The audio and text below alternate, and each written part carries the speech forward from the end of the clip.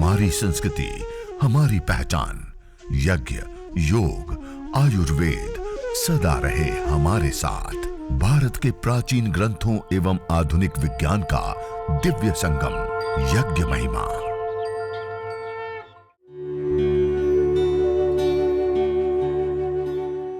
भारतीय संस्कृति में यज्ञ, योग एवं आयुर्वेद जैसी अमूल्य विद्याएं हैं, जिसका मूल है वेद। इतिहास की ओर दृष्टि डालें तो भगवान राम, भगवान कृष्ण से लेकर राजा महाराजाओं, ग्रामवासियों व अरण्यवासी ऋषियों की कुटियों तक नित्य व नैमित्तिक यज्ञों का प्रचलन देखने को मिलता है। स्वास्थ्य लाभ, इस आरोग्य लाभ, इस स्वास्थ्य लाभ के लिए हम विशेष करके इस हवन को अपनाएं। इसके अंदर वो सारे मेडिसिनल गुण होते हैं जो विशेष रूप से लाभ देने वाले होते हैं, विशेष रूप से हमें आरोग्य देने वाले होते हैं, विशेष रूप से हमारे स्वास्थ्य का संवर्धन करने वाले जो कंपोनेंट्स, जो तत्व होते हैं, वो इसके अंदर विशेष रूप से पाए जाते हैं। जब हम यज्ञ, हवन, अग्निहोत्र करते हैं तो उससे वायुमंडल के शोधन के साथ साथ, माइक्रोबायोलॉजिकल प्रदूषण के शोधन के साथ साथ, इसके अंदर जो मेडिसिनल गुण होते हैं उससे हमारी चिकित्सा भी होती है।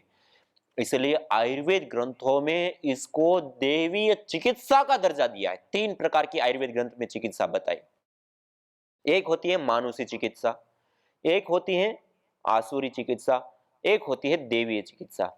और इस यज्ञ को, इस हवन को, इस अग्निहोत्र को देवीय चिकित्सा का दर्जा दिया गया। यह देवीय चिकित्सा है और इस देवीय चिकित्सा को अपनाने पर जो हमारे शरीर की व्याधियां, तन की व्याधियों से लेकर के मन की व्याधियों से मुक्ति पाने से लेकर के प्रकृति के शोधन पोषण से लेकर के पेड़ पौधे पशु पक्षी सब के लिए हितकारी होता है यह यज्ञ, यह हवन, यह अग्निहोत्र। इसलिए हम सब मिल करके इस यज्ञ को, इस हवन को, अग्निहोत्र को करें तो निश्चित रूप से वायु प्रदूषण जो सबसे बड़ा मुद्दा, उससे बच सकते हैं। माइक्रोबायोलॉजिकल प्रदूषण सबसे बड़ा मुद्दा, उससे हम बच सकते हैं। और तीसरा मैंने बताया, हम स्वयं जो दवाइयां खा करके लेते हैं उसी के अंदर जो कंपोनेंट होते हैं वही गैस फॉर्म में हमें इसमें प्राप्त होता है और उसको श्वास के माध्यम से लंग्स तक, लंग्स के माध्यम से पूरे शरीर में, ब्लड के माध्यम से मिलाते हैं और कई सारे लाभों को हम सिद्ध करते हैं। ये काम इस यज्ञ के माध्यम से संपन्न होता है, ये चिकित्सा होना है।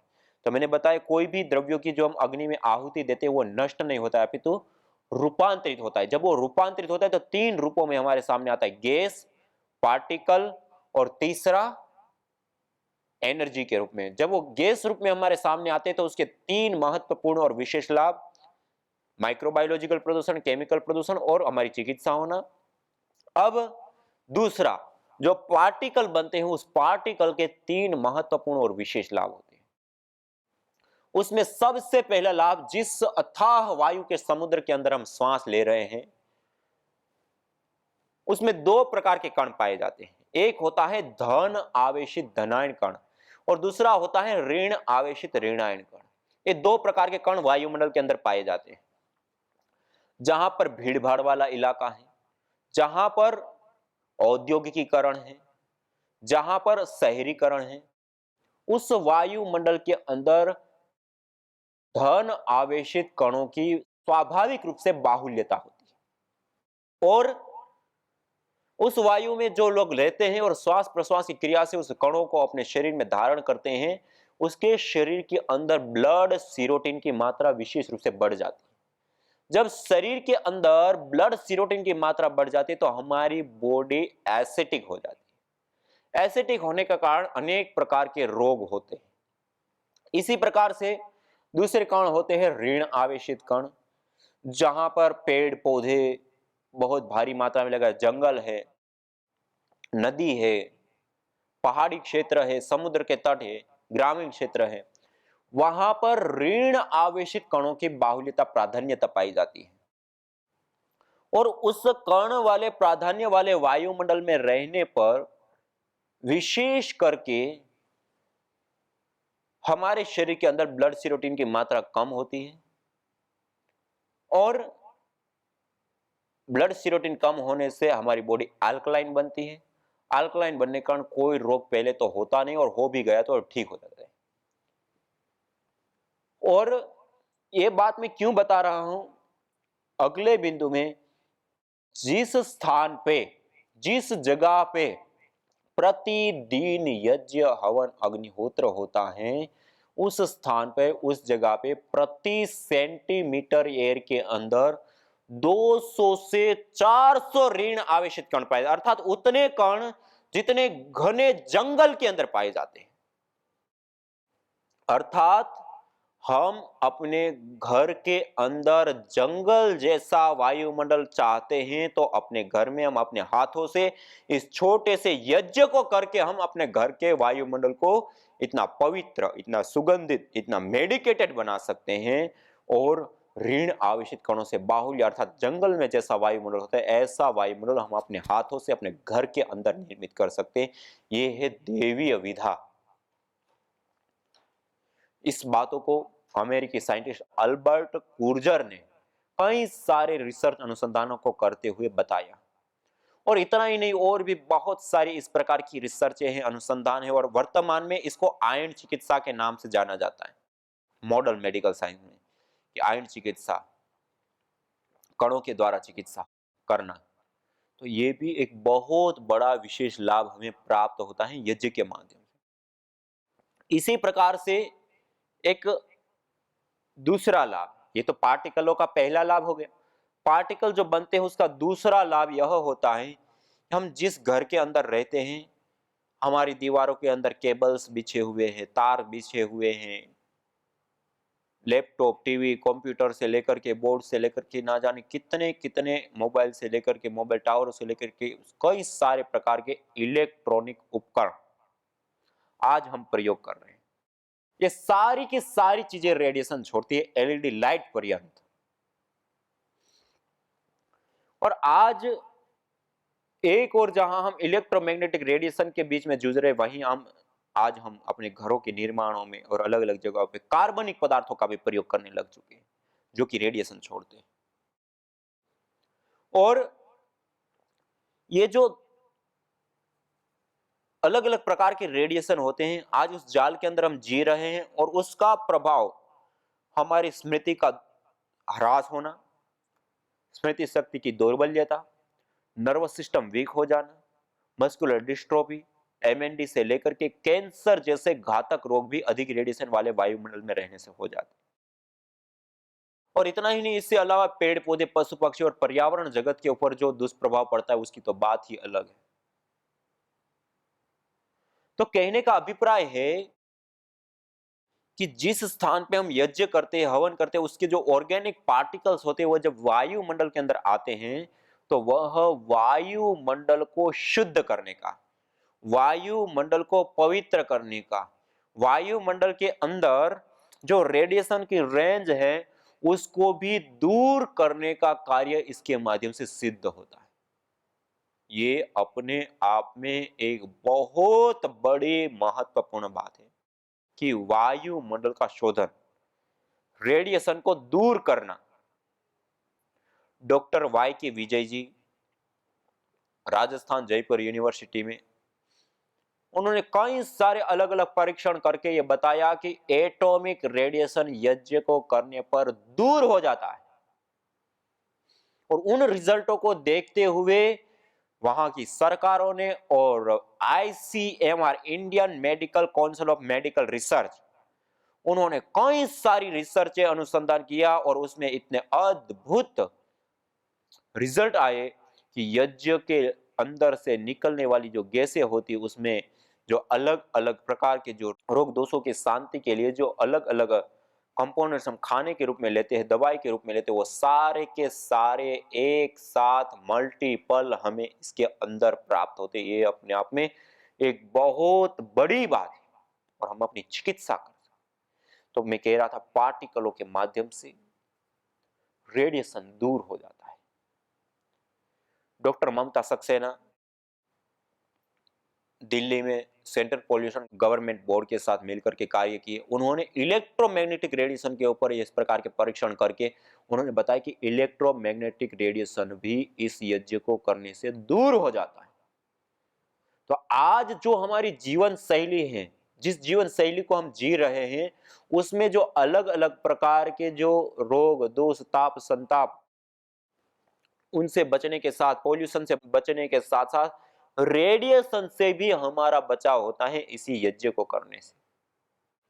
खाली एक छोटा सा यज्ञ 10-15 मिनट कुछ आहुतियां विशेष देने से कितने लाभ हैं। हम साइंटिफिक रूप से भी देखें, मॉडर्न मेडिकल साइंस की दृष्टि से भी देखें, वायु प्रदूषण, रेडिएशन आदि के लिहाज से भी देखें, तब भी एक बहुत बड़ी उपलब्धि है हमारी, बहुत बड़ी उपलब्धि। इतना छोटा यज्ञ करने पर इतने सारे लाभ। और इतना ही नहीं, उसके साथ साथ और भी मैं आपको ये रिसर्च बताना चाह रहा हूं, जिसके अंदर हमने, ये आप देख रहे हैं, यह नैनो पार्टिकल, यज्ञ से जो धुआं निकलता है, धूम्र निकलता है, उसके अंदर नैनो पार्टिकल होते हैं, नैनो स्केल पार्टिकल होते हैं। और जो नैनो स्केल पार्टिकल होते हैं, दो प्रकार के होते हैं, एक होते हैं अच्छे, एक होते हैं बुरे। जब हम मृत ईंधन पेट्रोल डीजल कोयला आदि जलाते हैं तो उससे जो पार्टिकल बनते हैं, उसमें महीन पार्टिकल, नैनो पार्टिकल भी होते हैं, लेकिन वो हमारे स्वास्थ्य के लिए हितकारी नहीं होते, बहुत ही ज्यादा हानिकारक होते हैं। और जो बड़े शहरों में, नगरों में रहते हैं, जहां पे बहुत बड़ी मात्रा में, ज्यादा मात्रा में वायु प्रदूषित है, और उसमें ही वो सांस लेते हैं, तो उसके अंदर लेड से लेकर अलग अलग प्रकार के ऐसे हेवी पार्टिकल्स पाए जाते हैं। वो श्वास के माध्यम से फेफड़े, और फेफड़ों के माध्यम से उनके ब्लड तक में पाए जाते हैं, और उसके कारण से कई सारे ब्लड कैंसर से लेकर के, गांठें होने से लेकर के, ना जाने कितने कितने प्रकार के अलग अलग रोग हो जाते हैं, दुसाध्य असाध्य रोग होने लग जाते हैं। इसी प्रकार जब हम जड़ी बूटियां और गाय का घृत आदि जलाते हैं, और उससे जो पार्टिकल निकला, उसको हमने देखा, ये आप देख रहे हैं पिक के अंदर, ये nano scale particle organic particles है, ये मेडिसिनल पार्टिकल है। और यह पार्टिकल श्वास के माध्यम से 2.5 से लेकर के 10 तक के होते हैं, वो हमारे लंग्स तक रुक जाते हैं, लेकिन उससे भी जो छोटे पार्टिकल होते हैं, वह हमारे ब्लड में मिल जाते हैं। ब्लड में मिल करके भी हमारी चिकित्सा करने का कार्य यह ऑर्गेनिक पार्टिकल करते हैं।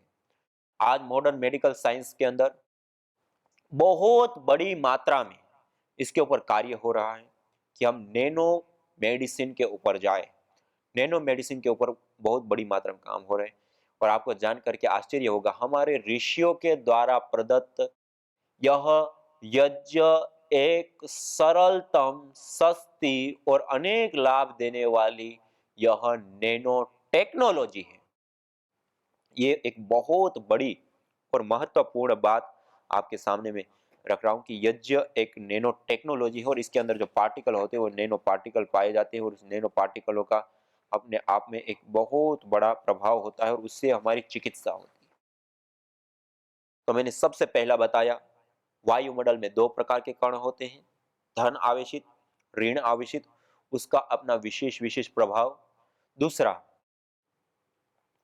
धन आवेशित से स्वास्थ्य का गिरना, रोग होना, और ऋण आवेशित से स्वास्थ्य की प्राप्ति होना। और यज्ञ जिस स्थान पे होता है, वहां पे ऋण आवेशित कण 200 से 400 प्राप्त होना, और वहां का वायुमंडल का शोधन और पोषण होना, ये अपने आप में एक बहुत बड़ी उपलब्धि है। दूसरा, रेडिएशन कम होना। तीसरा, मेडिसिनल पार्टिकल का प्राप्त होना, और श्वास प्रश्वास के माध्यम से हम उस बीमारियों को ठीक करते हैं। यह अपने आप में एक बहुत बड़ी उपलब्धि है, जो मैंने 6 लाभ बताए। जो गैसें बनी, उसके 3 लाभ, वायु प्रदूषण को ठीक करना, माइक्रोबायोलॉजिकल प्रदूषण को ठीक करना, हमारी चिकित्सा होना। पार्टिकल बने, उसमें ऑर्गेनिक पार्टिकल्स, मेडिसिनल पार्टिकल होते हैं, उसका हमारे अंदर जाने से चिकित्सा होती है। दूसरा, ऋण आवेशित और उससे अल्कलाइन बॉडी बनना। और तीसरा, जो मैंने सबसे लास्ट में बताया, वह रेडिएशन को दूर करने से लेकर स्वास्थ्य की समृद्धि से लेकर के अलग अलग, ये 6 लाभों को ही यदि हम इस यज्ञ के साथ जोड़ करके देखें कि हम प्रतिदिन 5 मिनट यज्ञ करें, 7, 10, 15 आहुति गायत्री मंत्र से आहुतियां दें, और उससे जो धूम्र बना उसको पूरे वायुमंडल में घर में फैलने दिया। खाली इतना यदि हम कर ले अपने घर के अंदर प्रतिदिन, तो उससे हम इतने बड़ी मात्रा में लाभ उठा सकते हैं। और जो ये 6 समस्याएं हैं, वो पूरी वैश्विक समस्याएं हैं, पूरा विश्व जिससे जूझ रहा है, उससे हम मुक्ति निजात पा सकते हैं। ये अपने आप में एक बहुत बड़ी उपलब्धि है। और मैं तो आप सभी नेपालवासी भाई बहनों से हाथ जोड़ करके निवेदन करना चाहता हूं, आज जो यह वर्तमान की समस्या है उसके ऊपर एक के बाद एक पर्यावरण दिवस और एक के बाद एक खर्च, और सरकारें मिलकर के ना जाने क्या क्या कर रही है, उसके बाद भी 5 दशकों से बड़े प्रयास करने के बावजूद भी यह स्थिति काबू में नहीं आई और प्रतिदिन बिगड़ती जा रही है। और आज आपके सामने कुछ कुछ क्रिया विधि के संबंध में और उसके बाद जो यज्ञ के मुख्य हमारे जो व्यवहारिक जीवन में होने वाले लाभ है उसके बारे में कुछ बताया।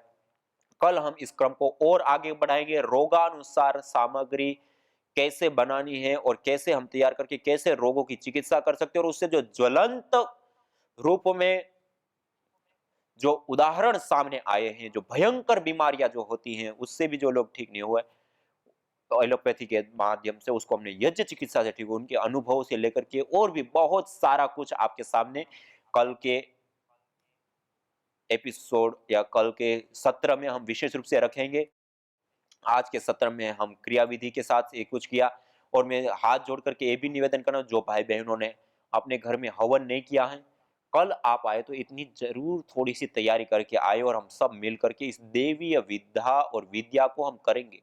इससे ये भौतिक लाभ तो होते ही होते हैं, उसके साथ साथ देवी शक्तियों का पूजन अर्चन मूल अपनी आराधना पद्धति के साथ हम जुड़ेंगे और इससे पुण्य भी प्राप्त होते हैं। सत्या संतु यजमान से कामा कहा कि ये सभी प्रकार की हमारी मनोकामनाओं का पूर्ण करने वाला एक कल्प वृक्ष है।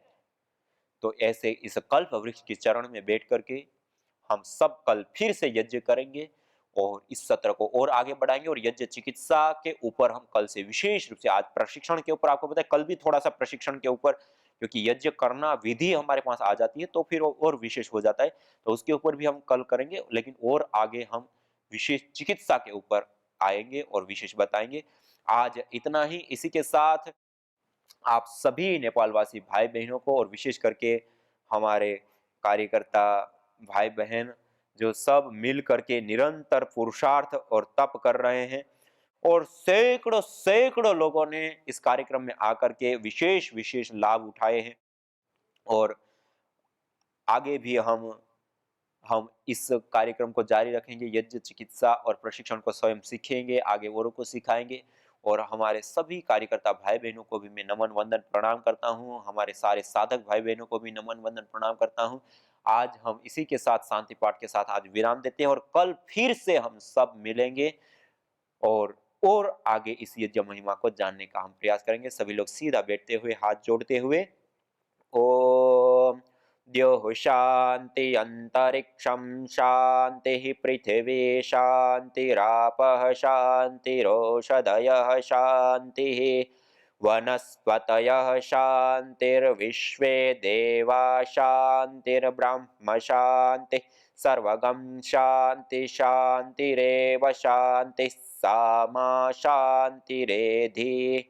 ओम शांति शांति शांति ही ओम। सभी को सादर नमस्ते प्रणाम। ओम। न जाने कितनों ने आहुतियां दी इन अमित्र रोगों के संतापों से, है वर्तमान भी आज दुखित, न पूछो भविष्य के प्रकोपों से। प्रत्युष पावनी होती जहां यज्ञानुष्ठान घर आंगन में, वहां मनुष्येतर सब झूमते शांति भरे सुख आनंद से। इदम हवीर यातो धाना नदी फेना इमाम वहत, अर्थात जैसे नदी का जल जाग को बहा ले जाता है, वैसे ही यज्ञ में आहूत की हुई हवि सभी प्रकार के रोग दोष ताप संतापों को वैसे ही बहा ले जाती है जैसे नदी। जागो। આ યજ્ઞની ભસ્મથી બધા સ્કિન પ્રોબ્લેમ્સ એ બહુ અમે જે કોઈ લેબથી ફાયદો નહીં થયું આ ઉપરથી ભસ્મ લગાડી લો તો જેને ફંગલ ઇન્ફેક્શન થતા હોય જાત જાતના એ ફંગલ ઇન્ફેક્શન માટે ભલે સાધુ સંતોએ આમ જ ભભૂત લગાડતા હતા હવે સાધુ સંતો આવું આખા શરીર ઉપર આમ ભસ્મ લગાવે આવું બધું યજ્ઞની જે ભસ્મ છે ને એનાથી અમારા અહીંયા સન્યાસીઓ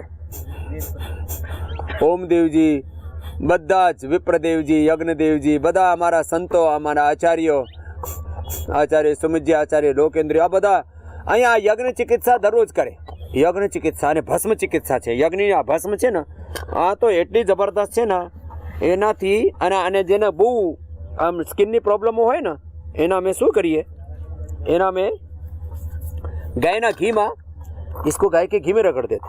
अच्छा रिंकू सिंह यस गाय ना घी में ना रगड़ी नहीं ना इसको गाय के घी में थोड़ा डालो देखो गाय का घी थोड़ू बस आ गाय नो घी लगाड़ी ने इसको पेस्ट बना लो और पेस्ट बना करके कोई ने स्किन प्रॉब्लम कोई जगह हो ना रिंकू भाई हाँ एने પછી લગાડી દો તો બધી જાતનો ફંગલ ઇન્ફેક્શન એનાથી દૂર થઈ જાય આવું છે બધું હા यज्ञ भारतीय संस्कृति की मुकुट मणि है, प्रतीक है, मूल है।